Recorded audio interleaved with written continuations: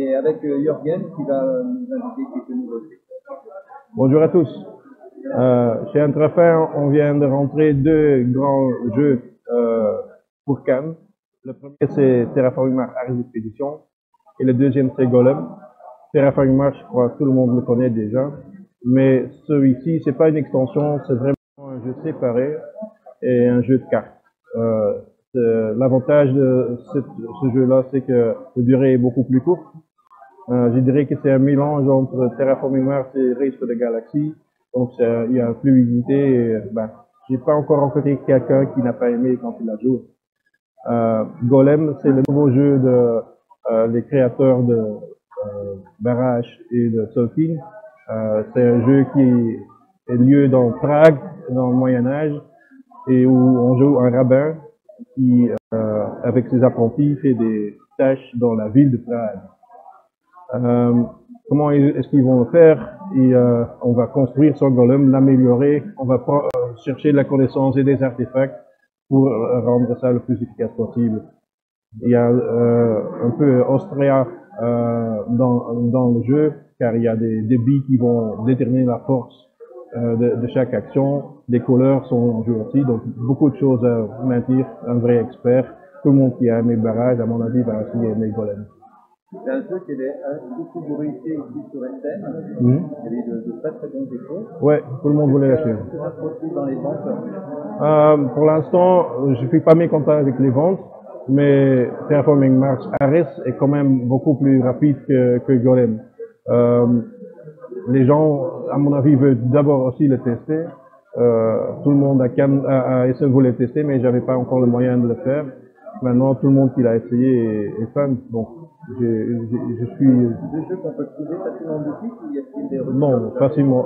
Ares, par contre, oui, c'est déjà en rupture, j'ai tout prévendu.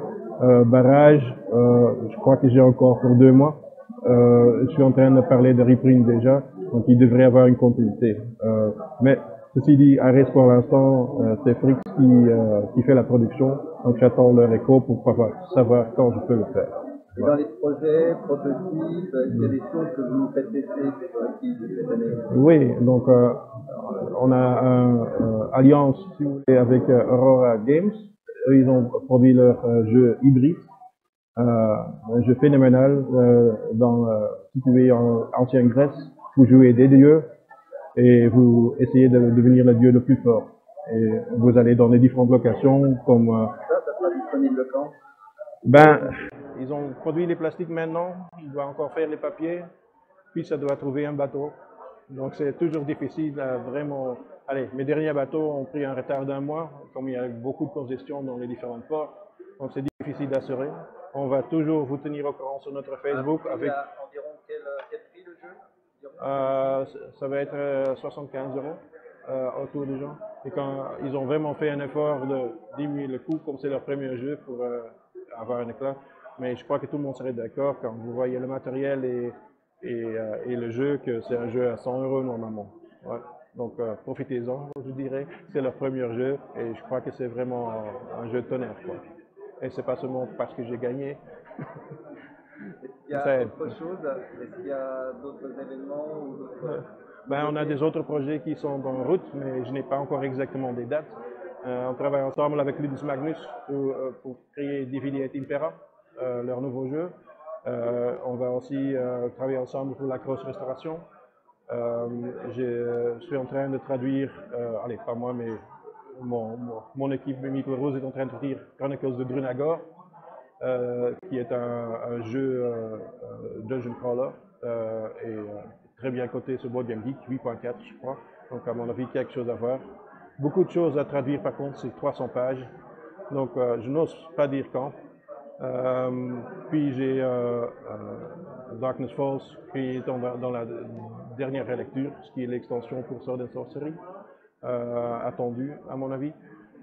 J'ai aussi Angel Fury de Frix qui va venir. Là c'est un jeu où un diable veut prendre un seul âme d'un humain. Donc l'ange prend l'autre côté, alors le diable dit « Hey les mecs », et tous les autres diables viennent. Donc il y a une bataille entre ange et démon pour le seul âme d'un humain. C'est un mariage de jeu de guerre avec un petit deck building euro ensemble par les frères Fricks. Ils ont essayé de donner ça le même background que Terraforming Mars, donc il y a tous les noms des démons qui existent et des différents anges. Donc à mon avis, ça va être un projet très intéressant. Ceci dit, si vous n'aimez pas les jeux de guerre, c'est peut-être pas pour vous, mais à mon avis, moi j'ai hâte de le tester en tout cas. Puis, encore un dernier, Sidereal Confluence, un jeu de négociation, un peu un projet de ma part car je l'aime très fort, mais il faut être à 6 pour commencer à jouer. Donc ça c'est un peu étonnant, mais on joue un membre d'une galaxie et on produit des produits, mais on ne peut pas les utiliser pour échapper notre planète. Et il y a des autres races dans la galaxie qui produisent des autres que vous voulez avoir. Donc vous êtes en train de négocier toujours pour avoir les choses que vous voulez avoir. Et toute la recherche est libre pour tout le monde. Il n'y a pas de bataille. C'est vraiment négociation, négociation, négociation. Et ben, faut l'aimer, mais moi je l'aime bien très fort. Et voilà. Merci. Ça c'est tout ce que j'ai pour l'instant. Merci beaucoup pour tous ces renseignements. Ah, désolé. Encore un truc. C'est Roleplayer Adventures. On est en train de faire aussi. Là, vous prenez votre caractère de roleplayer que vous allez créer et vous pouvez aller en aventure dans un dungeon crawl. Et voilà. Alors je m'étais. Voilà. Merci Jorgen. Volontiers. Bon pige. Merci bien. Au revoir.